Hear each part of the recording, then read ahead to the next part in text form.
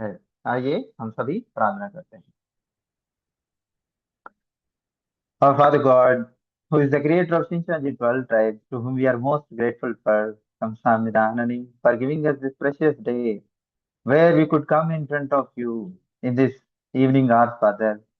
Father God, you are the one who chose us. You are the one who guided us until this time through your revealed word, which has been delivered through your faithful and wise servant. We all have been gathered here, Father, through that very precious word, which is life and light. May we all become the children of light, not the children of darkness at this time, Father. Father God, here are the precious October Hindi Center students who you have chosen them and brought them into advanced level, Father. Father God, fill their hearts with more love, more grace, rather than burden, rather than feeling so anxious in your presence, Father.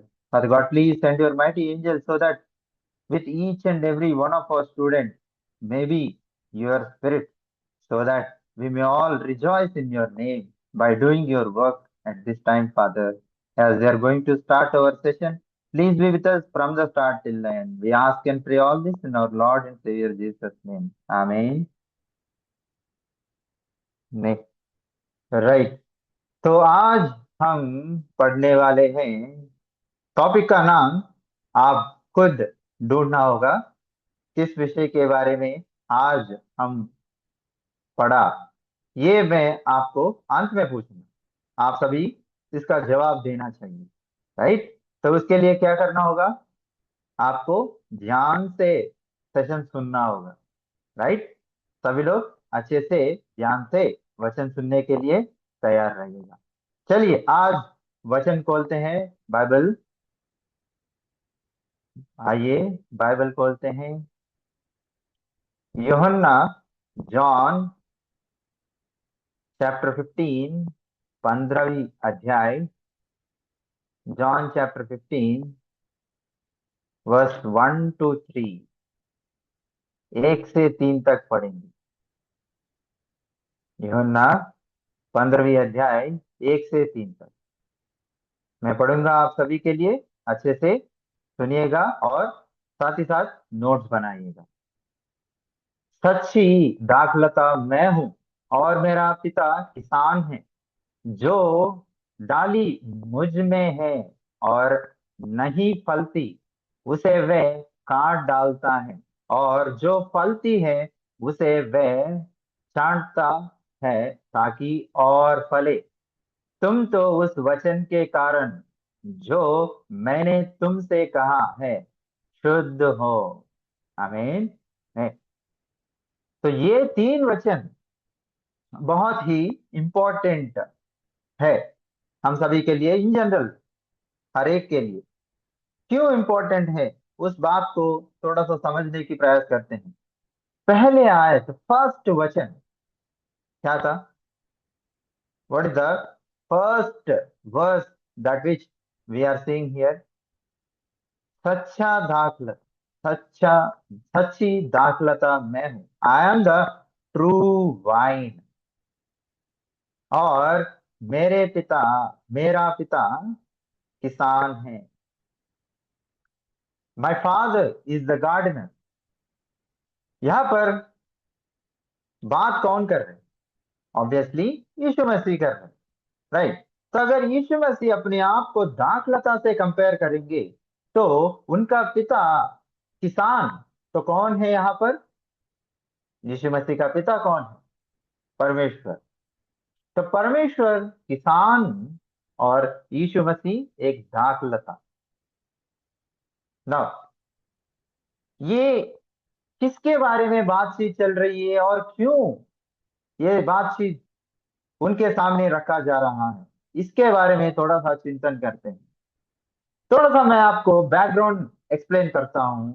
ये John chapter 15 की, यूहन्ना 15वीं अध्याय की आप सभी यूहन्ना पढ़ेंगे starting से लेकर एंड तक। जॉन चैप्टर 13 तक, यूहन्ना 13 तक लगभग यीशु मसीह अपने बारे में ऐसे बोलते हैं कि मुझे कुछ ही समय बची है आपके बीच में रहने की। इसके बाद इसके बाद मुझे आपसे दूर जाना होगा। वो किसके बारे में बात कर, या किस चीज के बारे में बात कर रहे हैं यहाँ पर? दूर जाना मतलब ऑब्वियसली उनकी मृत्यु, और उसके बाद वो दूर जाएंगे। यीशु मसीह दरअसल 3 बार उनके चेलों के सामने कहा कि मेरी मृत्यु होने वाली है और उसके बाद पुनरुत्थान भी होगी। जब भी वो इस बात को कहा था, उनके चेले ने उनके चेले ने इस बात में फर्स्ट पार्ट में ही अटक गए।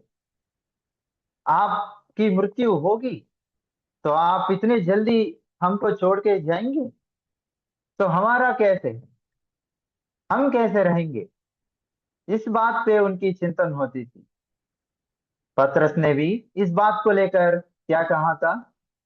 आपको कुछ नहीं होने दूंगा, अगर कुछ होगी तो मैं आऊंगा बीच में। पर उन्होंने दूसरी हिस्सा समझ नहीं पाया। दूसरा हिस्सा क्या है? मेरी मृत्यु होगी, उसके बाद पुनरुत्थान, रिजरेक्शन होगी। उस बात पे उन्होंने गौर नहीं की। और खास करके यूहन्ना 14, 15, 16, वो जब यहाँ से जाएंगे तो उस समय परिस्थितियां कैसे होंगे, उसके बारे में यहाँ पर बातचीत चल रही है। यीशु मसीह वचन तो प्रचार कर दिया है, वचन अच्छे से सब कुछ दे दिए। अब उनके मन में ये था कि इस वचन तो मैंने दे दिया हूं, पर इसका इस्तेमाल कैसे होगी? ये वचन कैसे काम पर लागू करेंगे ये लोग? इस बात को लेकर वो इतना चिंतित था कि इसके 14, 15, 16 अध्याय के बाद, 14, 15, 16 अध्याय के बाद यूहन्ना 17 अध्याय आप देखेंगे। वो पूरा यूहन्ना 17वीं अध्याय उनकी प्रार्थना के बारे में, उनके प्रेयर के बारे में, पूरा एक अध्याय जिसमें यीशु मसीह प्रार्थना करे। किसके बारे में? पहले अपने बारे में, मतलब परमेश्वर के बारे में। उसके बाद उनकी चेलों के बारे में। उसके बाद उनकी पूरी संसार के बारे में। इतना उनकी मन में भारी एक पत्थर टाइप का उनके मन में था कि इन सब लोगों को परमेश्वर आप ही गाइड कर पाएंगे। मैं तो अभी हूं, इसके बाद मैं आपके पास आ रहा हूं, पर मेरे बाद कौन रहेंगे? आप रहेंगे, क्योंकि परमेश्वर आत्मा है। पिछली बार हमने पढ़ा था, याद है आपको? पिछली बार हमने पढ़ा था ना? याद नहीं है? पिछली बार क्या पढ़ा था हमने? किसी को याद है तो टॉपिक टाइप कीजिएगा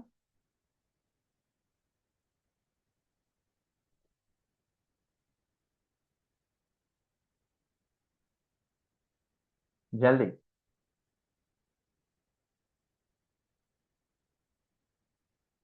नो वन। मैं आपके सामने वचन शेयर करके कितने दिन हुआ है? लगभग 1 हफ्ता। 1 हफ्ता हुआ है, या उससे थोड़ा सा समय। पिछली बार की सेशन की टॉपिक में वो पूछ रहा हूं, या मतलब ये तो पूरा सेंटेंस दिया है। पिछली बार किसके बारे में हमने पढ़ा था?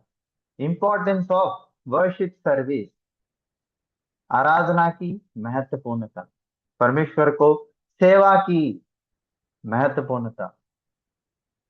उसमें हम साफ साफ ये पढ़ा था यूहन्ना 4 में कि परमेश्वर आत्मा है, और उन्हें आराधना करने वाले, उन्हें भजन, उनके सेवा करने वाले किस तरह से करना होगा?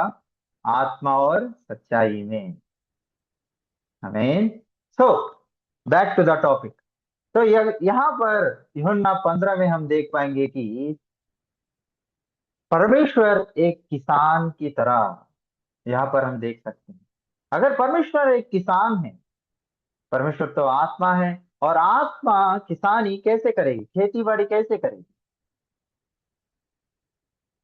हल लेके ऐसे चलेगी? कोई खेत है वहां पर ऐसे चलने के लिए? नहीं। तो यहाँ पर बात किस चीज के लिए हो रही है? यीशु मसीह अपने आप के बारे में ये बोल रहे हैं कि वो, मैं सच्चा सच्चा द्राक्षलता, I am the true vine. Second line में हमने क्या देखा था? डाली, उसके ब्रांचेस के बारे में। उस दाखलता में ब्रांचेस भी हैं, सिर्फ एक दाखलता नहीं। उस दाखलता के अंदर डालियां, ब्रांचेस भी हैं। और उन्होंने यहाँ पर ये कहा कि अगर कोई भी डाली फलती नहीं है, फ्रूट नहीं देती है, तो क्या किया जाएगा? उसको काट डालता है। अगर वो फलती है तो उसको वह और फलदायक बनाता है। कैसे? उससे और मेहनत करवा के, उससे और अच्छे से परमेश्वर की काम में इस्तेमाल करके। अब आप लोग एक बार सोचिएगा कि आपको परमेश्वर के इस किसान में, यीशु मसीह के इस दाखलता में अगर आपको भी रहना है, तो आपको क्या करना होगा? क्या करना होगा? तो बता सकते हैं? यीशु मसीह की दाखलता में आपको रहने के लिए आपको क्या करना होगा? हाथ उठाइए, मैं आपको बोलने की मौका देता हूँ। जो बोल नहीं सकते हैं, टाइप कर सकते हैं। क्लीनिंग किस चीज? हाँ, श्याम नारायण जी बताइए। यदि हमें परमेश्वर में बढ़ना है, उसके ये जो वचन के अनुसार है, तो उसके यीशु मसीह के उस वचन में बने रहना पड़ेगा। तभी हम फलवंत हो सकते हैं, हो पाएंगे। Hmm, understand understand. तो सिंपल बात यह है कि फल फलदायक होना चाहिए। We have to be fruitful. अगर आप यीशु मसीह की दाखलता में एक डाली की तरह बने रहने के लिए कोशिश करने वाले में से एक हैं, तो आपको क्या करना होगा? फलदायक, फलता हुआ होनी चाहिए। तब बात आती है कि क्या फलना चाहिए मुझे? किस तरह की फल मुझे आ, वो करना होगा, दिखाना होगा? आइए इसके बारे में एक वचन पढ़ते हैं। गलातियों की पुस्तक, पत्र, द लेटर टू गैलेशियंस, गलतियों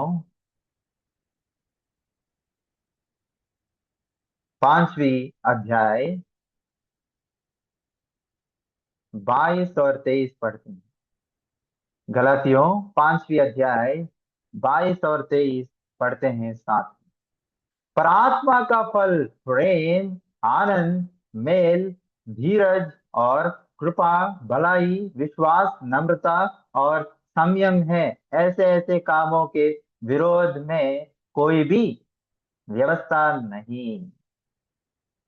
यहाँ पर अब अगर आप दोबारा पढ़ेंगे, आत्मा का फल प्रेम, आनंद, धीरज, उसके बाद कृपा, भलाई, विश्वास, उसके बाद नम्रता और संयम है। ऐसे ऐसे कामों के विरोध में कोई भी व्यवस्था नहीं। राइट। अब इनमें से यहाँ पर 9 फल आप देख सकते हैं। इनमें से आपके अंदर कितने फल? बताइए, आपके अंदर कितने फल थे इन 9 फल में? हाथ हाथ दिखाइए। 9 है तो मतलब 2 हाथों से काम चल जाएगी। 1, 2, 3, 4, 5, 6, 7, 8 दिखाइए।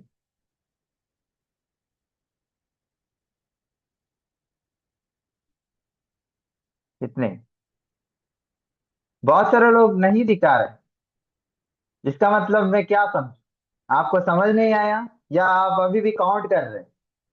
मेरे अंदर प्रेम है, मेरे अंदर नम्रता है। इस तरह से काउंट कर रहे हैं आप लोग। या जल्दी जल्दी मैं आप लोगों के लिए दोबारा पढ़ता हूँ, आप मेरे साथ साथ काउंट कीजिएगा।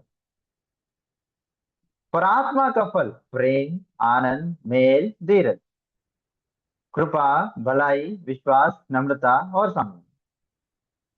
नहीं, इन 9 फलों में पूरे 9 फल है आपके अंदर। वाह, नाइस। ऐसे कोई है हमारे भाई और बहनों में? 6 हैं। ओके। ललिता जी, आप कुछ बता नहीं रहे, कितने फल हैं आपके अंदर इनमें से? 3 4 तो होंगे सर, ये बोलेंगे आप?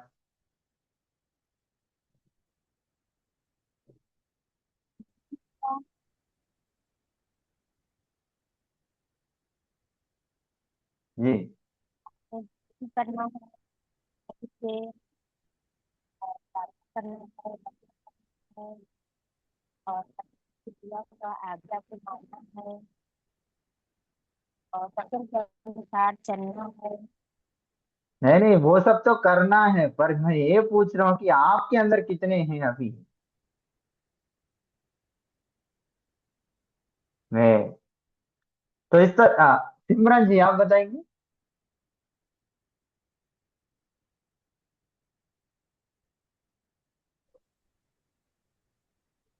मेरा आवाज आ रहा है ब्रदर? जी जी, आ रही। मेरे अंदर अभी एक भी फल नहीं है क्योंकि मुझे गुस्सा भी बहुत जल्दी आता है और मैं धीरज भी नहीं रख पाती। तो मुझे लगता है कि मेरे अंदर अभी एक भी फल नहीं है। बढ़िया बढ़िया, honesty. Honesty is the best policy. बहुत ही अच्छा। हमारे कुछ आ, भाइयों ने 9 के 9 मेरे अंदर हैं ऐसे कहा है। चलिए, मैं आपको दो तीन भी नहीं, शायद एक दिखाने के लिए प्रयास करूंगा, उसके बाद आप लोग खुद डिसाइड कर सकते हैं कि अगर आपके अंदर इनमें से 9 के 9 है या एक है, दो है, कितने। राइट। तो सबसे पहले जो चीज यहाँ पर लिखा गया है उसके बारे में ही बात करते हैं। क्या है वो चीज? प्रेम, लव। उसके बारे में आइए चलते हैं। प्रेम क्या होता है? पहला यूहन्ना, 1 जॉन चैप्टर 5, 5वीं अध्याय, स्टार्टिंग से पढ़ते हैं। पहला यूहन्ना 5वीं अध्याय स्टार्टिंग से पढ़ते हैं। जिसका ये विश्वास है कि यीशु ही मसीहा है, वह परमेश्वर से उत्पन्न हुआ है, और जो कोई उत्पन्न करने वाले से प्रेम रखता है वह उससे भी प्रेम रखता है जो उससे उत्पन्न हुआ है।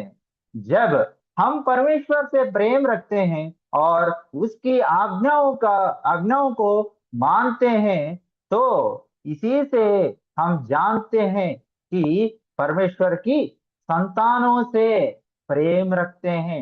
और परमेश्वर का प्रेम यह है कि हम उसकी आज्ञाओं को मानो, और उसकी आज्ञाएं कठिन नहीं, क्योंकि जो कुछ परमेश्वर से उत्पन्न हुआ है वह संसार पर जय प्राप्त करता है, और वे विजय जिससे संसार पर जय प्राप्त होती है। कैसे? हमारा विश्वास है। आमीन। है। तो इस 4 आयतों से आपको प्रेम के बारे में कुछ तो समझ में आया होगा। परमेश्वर से जो भी उत्पन्न होते हैं, इसका सीधा सीधा मतलब क्या है? जो भी परमेश्वर की बीज अपने मन में रखकर दोबारा जन्म लेते हैं, दूसरा जन्म, जिसे हम कहते हैं बॉर्न अगेन, जो भी इस तरह से दोबारा जन्म लेते हैं, किससे? परमेश्वर के बीज से, वह लोग परमेश्वर का प्रेम रखते हैं, और वे लोग परमेश्वर की आज्ञाओं को मानते हैं। आप सभी, अगर मैं आप पूछूंगा तो कितने लोग परमेश्वर के बीच से जन्म लिया है? आप सभी कहेंगे कि मैं। क्यों? एलिमेंट्री तो हमने पढ़ा था, एलिमेंट्री लेवल में, प्राथमिक स्तर में। परमेश्वर दृष्टांत रूपी बीज मतलब वचन, प्रकट वचन, प्रकाशित वचन, ये सब। पर एक और बार दोबारा सोचेगा, दूसरी बार जन्म लेना या दोबारा जन्म लेने का मतलब, आइए हम पढ़ते हैं यूहन्ना 3, जॉन चैप्टर 3, दोबारा चलते हैं सुसमाचार में। यूहन्ना तीसरी अध्याय 3 और 5 आयतें पढ़ते हैं, तीसरी और पांचवी आयतें पढ़ते हैं। सब लोग मेरे साथ हैं या अभी भी इधर उधर आपकी दिमाग चल रही है? साथ में है? हाँ, दोनों हाथ का खड़ा कीजिए अगर साथ में है तो, ऐसे। मैं सिर्फ 25 मिनट ही हुआ है ना, क्यों इतना थका हुआ लग रहा है आप लोग? एंड बहुत सारे लोग कैमरा ऑफ किया, मैं आपको पिछले बार भी बताया था। शायद आप लोग मेरे से थोड़ा सा फ्री होकर कैमरा ऑफ करने की देर कर रहे हैं। नहीं, ऐसे मत कीजिएगा, शायद आपको 3 क्लासेस तक लिंक नहीं मिलेगी। नहीं, चलिए पढ़ते हैं यूहन्ना तीसरी अध्याय, तीसरी और पांचवी आयत।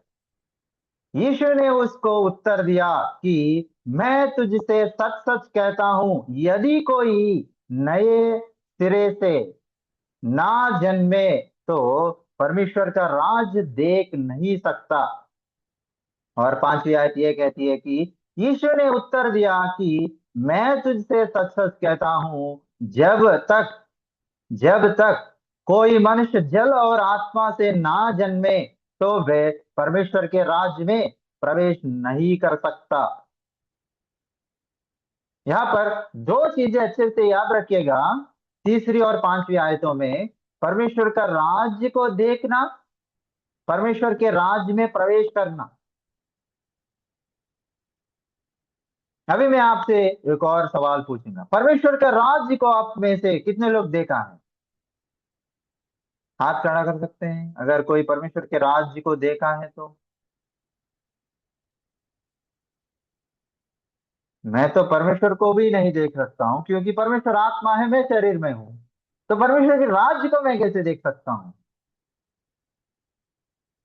चलिए, और दूसरा सवाल, परमेश्वर के राज्य में प्रवेश आपने कभी किया? नहीं। तो इसका मतलब आप लोग अभी भी क्या कर रहे हैं या क्या करना चाहिए? नए सिरे से जन्म, जल और आत्मा से जन्मे। जल और आत्मा, दृष्टांत रूपी जल का मतलब क्या है? वचन। कौन सा वचन? हम सभी को साफ करने वाली वचन। इसलिए यूहन्ना 15 और 3 में हमने क्या पढ़ा था? दोबारा पीछे आते हैं, यूहन्ना 15 और 3 में क्या पढ़ा था? तुम तो उस वचन के कारण जो मैं तुमसे कहा शुद्ध हो। शुद्ध कैसे हो गए? जो यीशु मसीह ने वचन दिया था, उस वचन के कारण शुद्ध हो गए हैं। ये उनके ज्ञान की बात नहीं कर रहे हैं यहाँ पर। जिनके पास बहुत ज्ञान है, इसका मतलब ये नहीं कि वो बहुत शुद्ध हैं, बहुत शांति और निर्मल हैं। मैं आपको पिछली बार भी दिखाया था, गलतियों में तीसरे अध्याय में क्या लिखा है? इब्राहिम किसके द्वारा उनकी उद्धार हुई या उद्धार होगी? अपनी विश्वास, फेथ। उसी चीज को हमने अभी पहले यूहन्ना 5वें अध्याय में भी पढ़ा था। जय प्राप्त कैसे करेंगे हम? विश्वास के द्वारा। परमेश्वर के राज्य कैसे देख पाएंगे हम? विश्वास के द्वारा। परमेश्वर के राज्य में प्रवेश कैसे कर पाएंगे हम? विश्वास के द्वारा। faith, faith, faith. That is why we all are leading our, इसीलिए हम सभी क्या जी रहे हैं?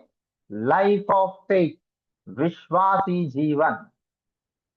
आपको कुछ दिख रहा है इसलिए आप आगे नहीं बढ़ रहे। मैं वहां पे कुछ देख पा रहा हूँ, 5-6 साल बाद मुझे मिलेगी इसलिए मैं उसके पीछे चल रहा हूं, नहीं। विश्वास पता नहीं कब मिलेगी, कैसे मिलेगी, पर यीशु मसीह ने कहा है, परमेश्वर ने कहा है, तो जरूर मिलेगी। पर मुझे क्या करना होगा? उनकी आज्ञाओं को मान के पालन करना होगा। ये होती है विश्वास।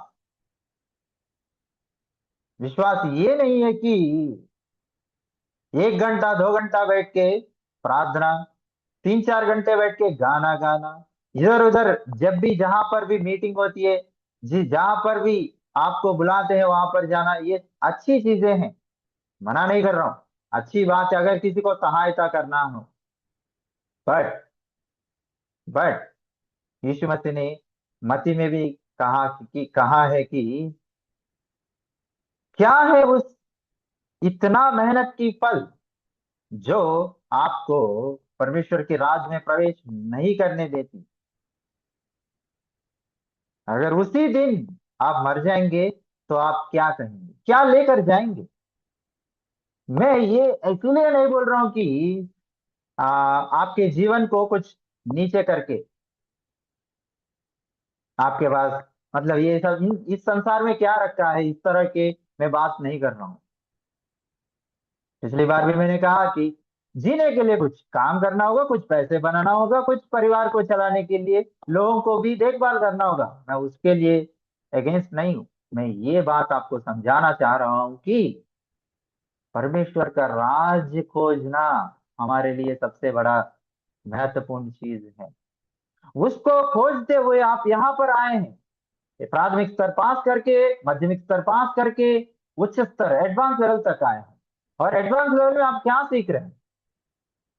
नई वाचा प्रकाशित वाक्य के बारे में, नई वाचा प्रकाशित वाक्य के वास्तविकताओं को सीख रहे हैं। क्यों सीख रहे हैं आप लोग? पता नहीं 1900 पता नहीं कहाँ पे पूर्ति हुई है, मेहनत मैं तो नहीं देखा था, मैडम बोल रही है या सर वीडियो में बोल रहे हैं तो मैं मानूंगा, ये नहीं। यीशु मसीह उसी यूहन्ना 14 अध्याय में ये कहते हैं कि जॉन चैप्टर 14 वर्स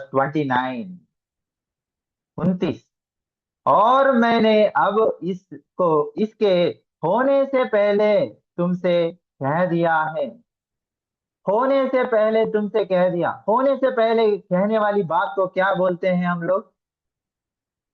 होने से पहले कहने वाली बात को क्या बोलते हैं हम लोग? भविष्यवाणी, प्रोफेसी। और यीशु मसीह भविष्यवाणी कैसे दिया? साफ साफ ये है भविष्यवाणी, ये लिख के ले लो, ऐसे नहीं दिया। भविष्यवाणी कैसे दिया? दृष्टांत रूपी बातों में, फिगरेटिव वर्ड्स। तो इसका मतलब हमको उस दृष्टांत रूपी बातों को समझना होगा, और जिस तरह से पुरानी वाचा पूर्ति हुई है उस तरह से नई वाचा भी पूर्ति होगी। इस प्रकार हमने प्राथमिक स्तर और माध्यमिक स्तर पूर्ति करके, पूरा करके उच्च स्तर में आए हैं, ताकि हम नई वाचा प्रकाशित वाक्य की वास्तविकता उनको देख पाए और समझ पाए। इसीलिए इसीलिए हमको यहाँ पर यूहन्ना 14 और 29 में क्या क्या कहा है? ये होने से पहले तुमसे कह दिया कि जब वे हो जाए, जब वे हो जाए तो तुम प्रतीति करो। प्रतीति, यू कैन एक्नॉलेज देम।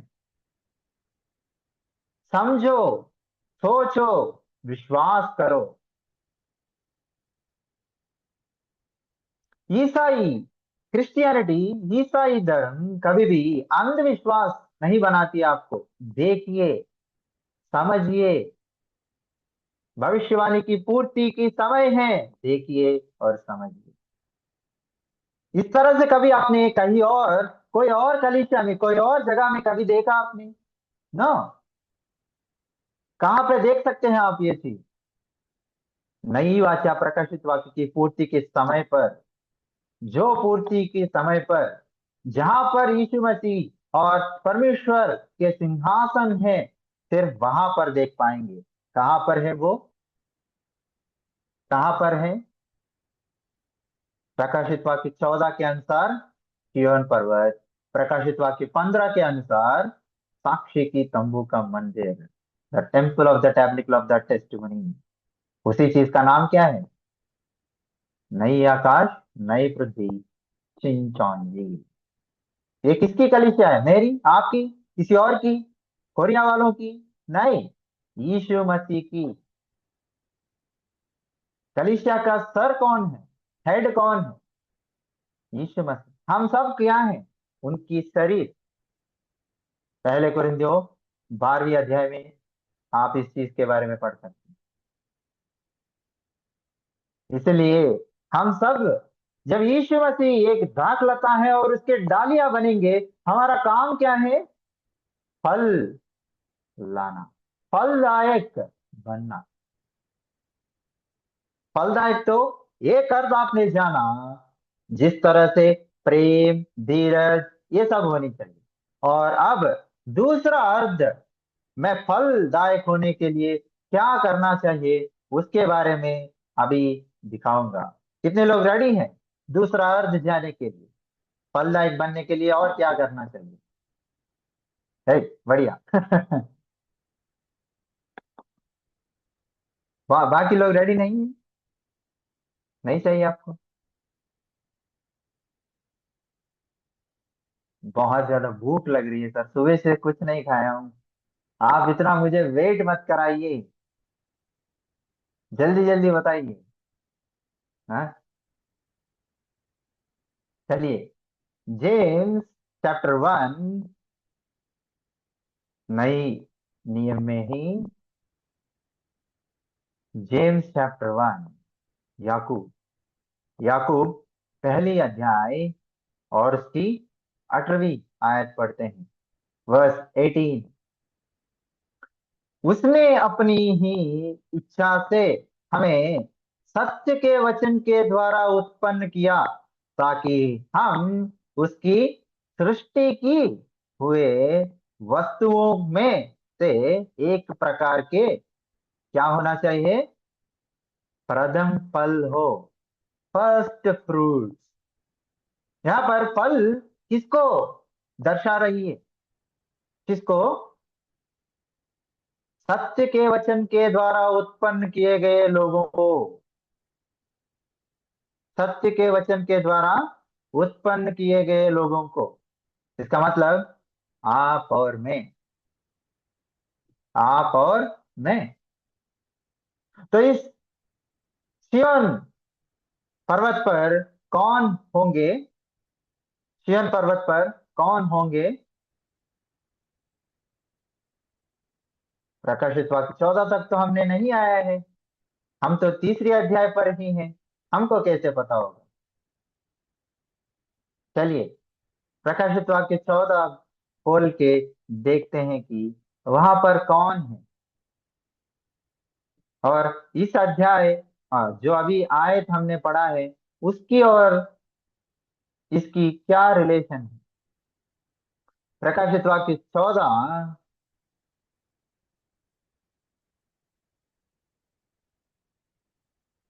सबने ओपन किया है? तीसरी आयत पढ़ते हैं। और वे सिंहासन के सामने और चारों प्राणियों और प्राचीनों के सामने मानो ये नई गीत गा रहे थे, और उन 1,44,000 जनों को छोड़, जो पृथ्वी पर से मोल लिए गए थे, कोई वह गीत ना सीख सकता था। ये वे हैं जो स्त्रियों के साथ अशुद्ध नहीं हुए, पर कुंवारे हैं। ये वे ही हैं कि जहां कहीं मेमने जाता है, वे उसके पीछे हो लेते हैं। ये तो परमेश्वर के निमित्त पहले फल होने के लिए मनुष्यों में से मोल लिए गए हैं। पहले फल होने के लिए मोल लिए गए हैं। कौन है वो लोग? 1,44,000 किंगडम एंड प्रीस्ट, राज्य और याजक। और उसी नीचे 5वीं आयत में हम पढ़ेंगे, और उनके मुंह से कभी झूठ ना निकलता, वे निर्दोष हैं। कभी उनके मुंह से झूठ नहीं निकलती, वो निर्दोष हैं। आप बन पाएंगे इसके हिस्से? बन पाएंगे? मन तो है सर, पर कहाँ झूठ, तो आप भी जानते हैं, थोड़ा बहुत तो बोलना पड़ता है आज की जमाने में।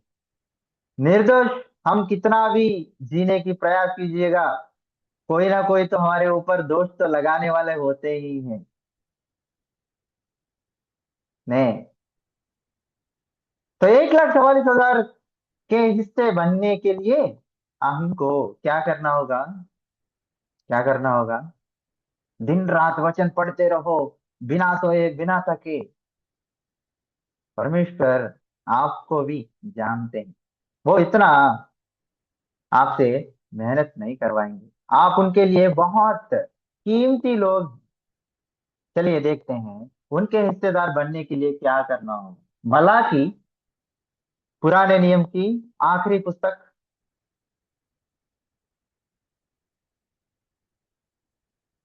मलाकी दूसरी अध्याय 7वीं आयत।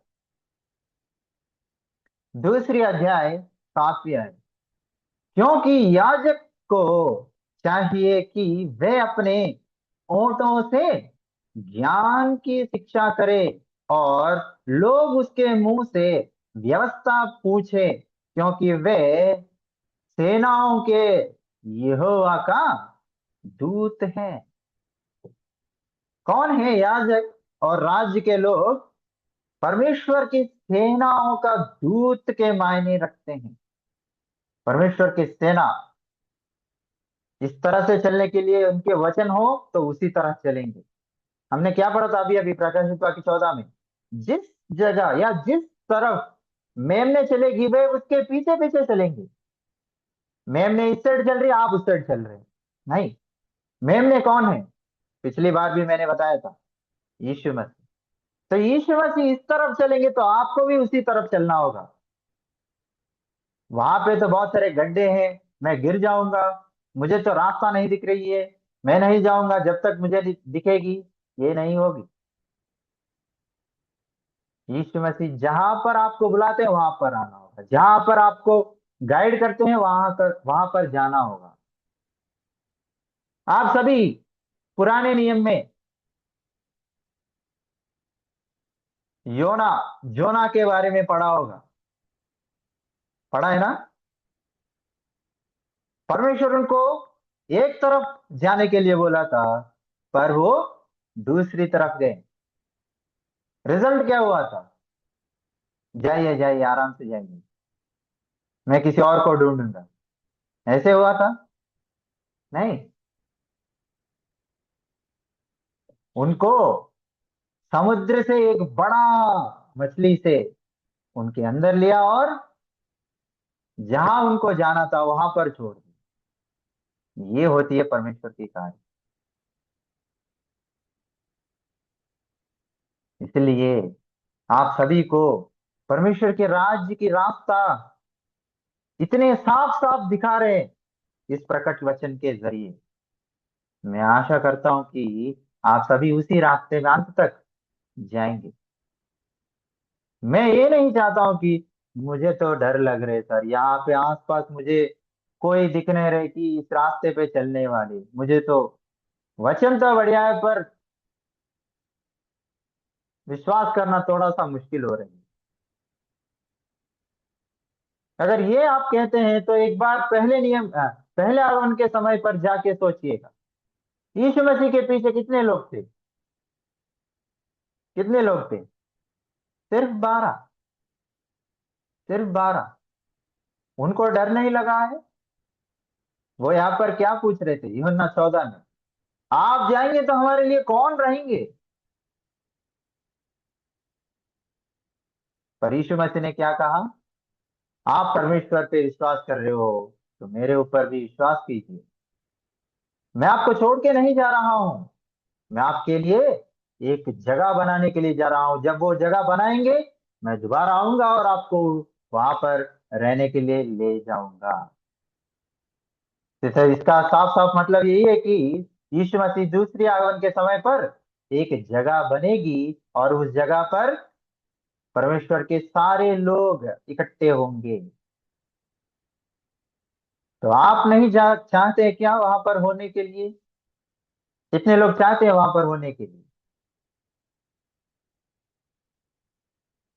हैं?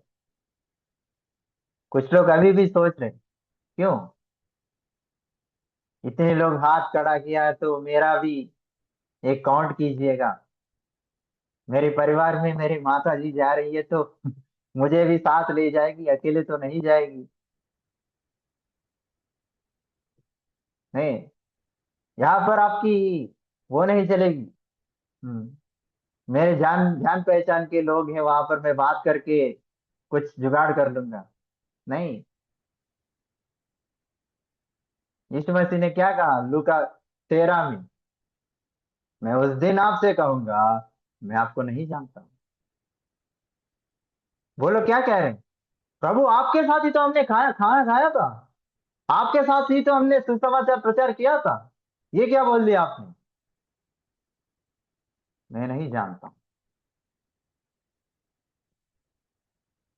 मैं आशा करता हूं कि हम में से ऐसे कोई ना हो कि यीशु मसीह से ये बात सुनना पड़े। आमीन। यीशु मसीह से क्या सुनना चाहते हैं आप? जिस तरह से वो जो छोटा बेटा घर छोड़ के गया था, वो जब वापस आ रहे थे, उनके पिताजी किस तरह से उनके लिए इंतजार करते हो, भागते हो उनको आके उनको अपने साथ लेकर हग किया था, उसी तरह आपके लिए भी इंतजार कर रहे हैं। इतने 20 साल, 30 साल, 40 साल हो गए हैं आपको विश्वास जीवन में, आप अभी भी इधर उधर भटक रहे हैं। और परमेश्वर आपको अंततः उनकी जगह, उनके राज्य में प्रवेश करने के लिए यहाँ पर बुला रहे हैं। आप आएंगे? आना चाहते हैं? या अभी भी आप भागते हुए इधर उधर खेलते रहोगे? एक बार सोचिए और समझिए। और अंत में मैं आपको ये बात बोलूंगा, सिर्फ अकेला यहाँ पर आने के लिए आपको परमेश्वर नहीं बुला रहे। अगर आप अकेले में ही आना है तो इतना मेहनत लगाने की कोई जरूरत नहीं है। आपको आराम से बुलाएंगे, आप आएंगे। क्यों? परमेश्वर पर आप विश्वास करते हैं, परमेश्वर का प्यार है आपके अंदर। पर आप किसके साथ आना चाहिए? जो परमेश्वर को प्यार नहीं करते हैं उनके साथ आना चाहिए। कैसे आएंगे? वो तो परमेश्वर को नहीं जानते, वो परमेश्वर के साथ नहीं आना चाहते हैं। मैं कैसे लाऊं उनको? वही एक कार्य है हम सभी की। क्या कार्य है उसका? क्या बोलते हैं उसको? सुसमाचार प्रचार करना, इवेंजलिज्म। इवेंजलिज्म कौन कौन करना चाहते हैं? इवेंजलिज्म। मुझे तो बहुत डर होता है, मैं किसी के सामने वचन प्रचार नहीं कर सकता हूँ, मुझे मारेंगे। ऐसे यीशु मसीह ने तो नहीं सोचा था, ऐसे 12 चेलों ने तो नहीं सोचा था। अपने घर, अपने जायदाद सब कुछ छोड़ के वो लोग गए थे तो समाचार प्रचार करने। इसलिए मैं आप सभी से इस रात को ये बात रखना चाहता हूं कि यीशु मसीह एक दाखलता है, सिर्फ वही एक सच्ची दाखलता है। उनके साथ बने रहने के लिए आपके अंदर वो सारे 9 गुण होनी चाहिए। उसके साथ साथ उनके सुसमाचार आपके मन में इतना भरना चाहिए ताकि वो बाहर आए और दूसरे लोगों को भी साथ ले आए। इसलिए ये वचन आप अच्छे से समझिए, इस वचन को आप अंदर रखिए, ये वचन हमको प्रचार करना है। मैं तो 30 साल से मसीह में हूँ, मैं जितना जानता हूँ उतना प्रचार करता हूँ, अच्छी बात है। पर यहाँ पर जिस समय पर सही भोजन आपको मिल रही है, सही जगह आपको दिख रही है, उसके बारे में सुसमाचार प्रचार करना है। फिर वही पुराने नियम के बारे में, फिर वही पहले आगमन के समय के बारे में। अच्छा है, अगर जिसको ज्ञान नहीं है तो उनको दीजिएगा, अच्छी बात है। पर जिनको ज्ञान है वो सिर्फ एक कदम आगे बढ़ाना है ना। वो एक कदम यही है कि दूसरी आगमन के समय के बारे में जानना, प्रकाशित वाक्य को समझना और उसके मार्ग में चलना। आमीन।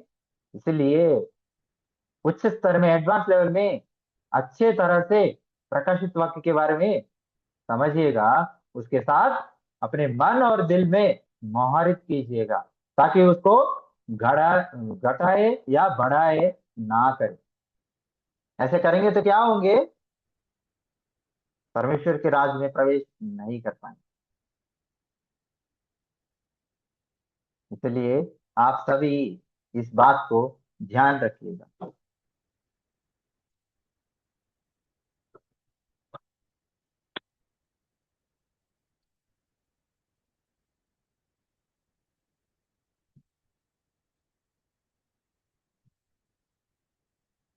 नहीं तो आज यूहन्ना 15 हम किस लिए पढ़ा है?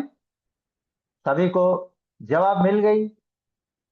आज के सेशन क्यों पढ़ा है, और आज के सेशन की एक टॉपिक लगाना चाहते हैं, तो उसका नाम क्या रखें? एक और बार, जो भी आयतें हमने पढ़ा है आज, जो भी चीजें हमने ध्यान किया है आज, दोबारा अध्ययन कीजिएगा, और आपको आगे कैसे इस वचन पर चलना है उसके बारे में हमारे एडवाइजर्स, हमारे इवेंजलिस्ट, एडवाइजर्स मतलब ऐसे एडवाइजर्स में बोल रहा हूं, पर वो सारे इवेंजलिस्ट हैं, तो उनके द्वारा आप अच्छे से जान सकते हैं, जब आपको सुसमाचार प्रचार करने की एक मन और हृदय रहे। देखिए, स्टार्टिंग में जब मैंने क्लास स्टार्ट किया था, 45 लोग थे। अभी देखिए कितने हो गए, 37। 1 घंटा भी नहीं, 1 घंटे वचन के साथ चलने में इतनी दिक्कत आ रही है, तो कैसे रहेंगे हम अनंत जीवन तक? बोलने के लिए तो सब कुछ बोल सकते हैं। परमेश्वर क्या देखते हैं? हमारा कार्य, एक्शन, काम। विश्वास बिना काम के, बिना कार्य के कोई अर्थ नहीं होती, कोई फायदा नहीं होता। जेम्स चैप्टर 2, याकूब का दूसरा अध्याय।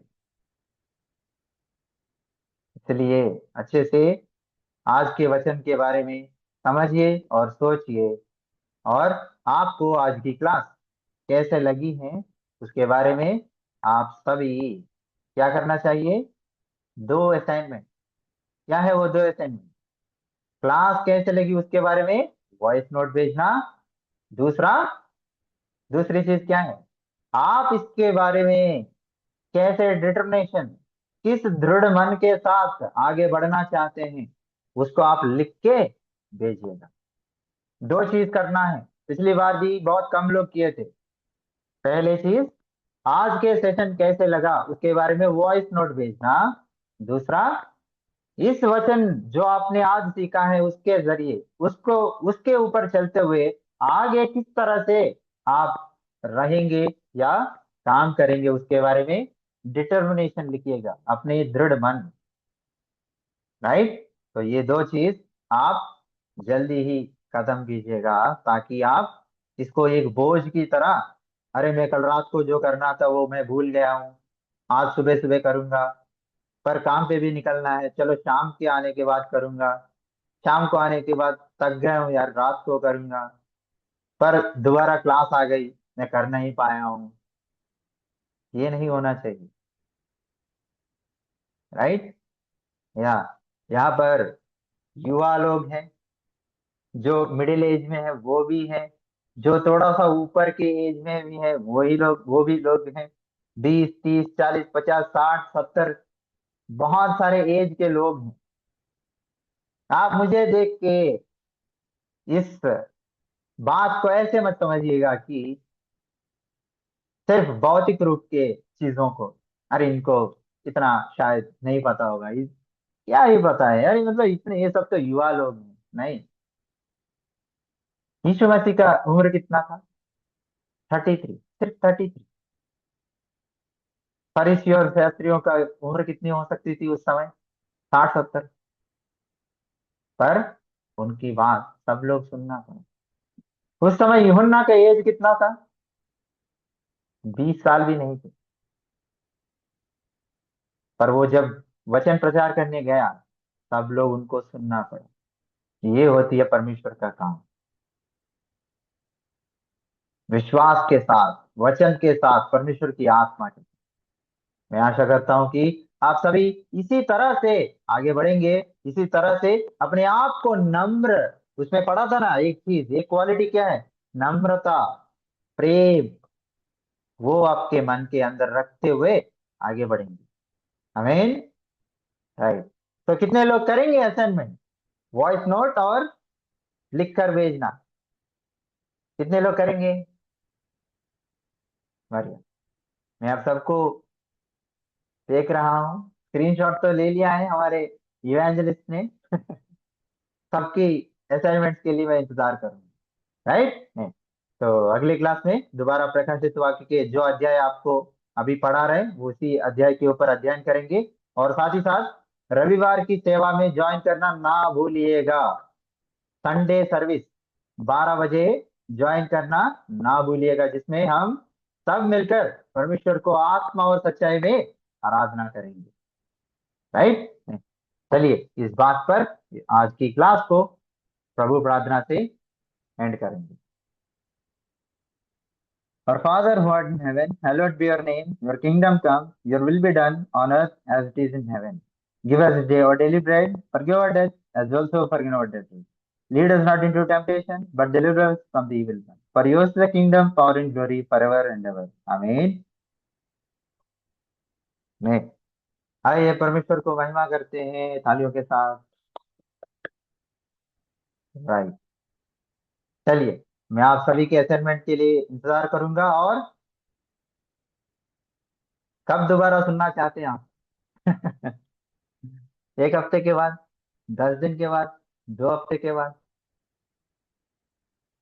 है, प्रयास करना। आपको ऐसे नहीं होना चाहिए कि बार बार आइए, बार बार पढ़ाइए, नहीं। जो चीज खास होती है उसके लिए आप लोग वेट करना हो, राइट है। चलिए मैं आप सभी को दोबारा मिलने की प्रयास करेंगे, राइट। तब तक अपना हेल्थ, अपना आत्मिक और भौतिक स्वास्थ्य की ध्यान रखिएगा। अच्छे से वचन में बने रहिए। हमें राइट। Thank you.